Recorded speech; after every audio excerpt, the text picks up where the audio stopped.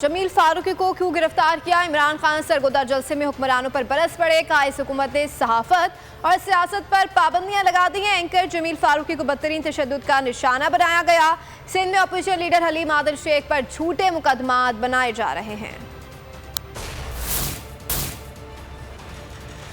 जो सहाफी लगता है कि हमारी फेवर कर रहा है या हमारे लिए आवाज बुलंद कर रहा है, उनके खिलाफ एक्शन लिया जाता है। जमील फारूकी को जो उन्होंने किया उससे, और उसके अलावा अयाज अमीर और समी इब्राहिम जैसे दानिश्वर, उनको जो जलील करने की कोशिश की गई, सिर्फ एक वजह कि किसी तरह इमरान खान की कोई हिमायत ना करे, उसके लिए कोई लिखे ना, कोई मीडिया उसको दिखाए ना। के केस और कभी तौहीन मजहब के केस और कभी किस किस्म की FIR मेरे लोगों के ऊपर किया जा रहा है। हलीम आदिल को जो जुल्म किया जा रहा है, ये जरदारी डाकू जो उसके ऊपर जुल्म कर रहा है, सिंध में अपोजिशन लीडर होते हुए जो हमारे ऊपर FIRs के अलावा धमकियां दी जा रही हैं, टेलीफोन करके लोगों को डराया जा रहा है।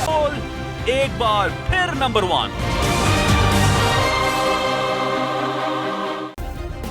सब्सक्राइब करें और बेल दबाएं ताकि कोई खबर रह न जाए।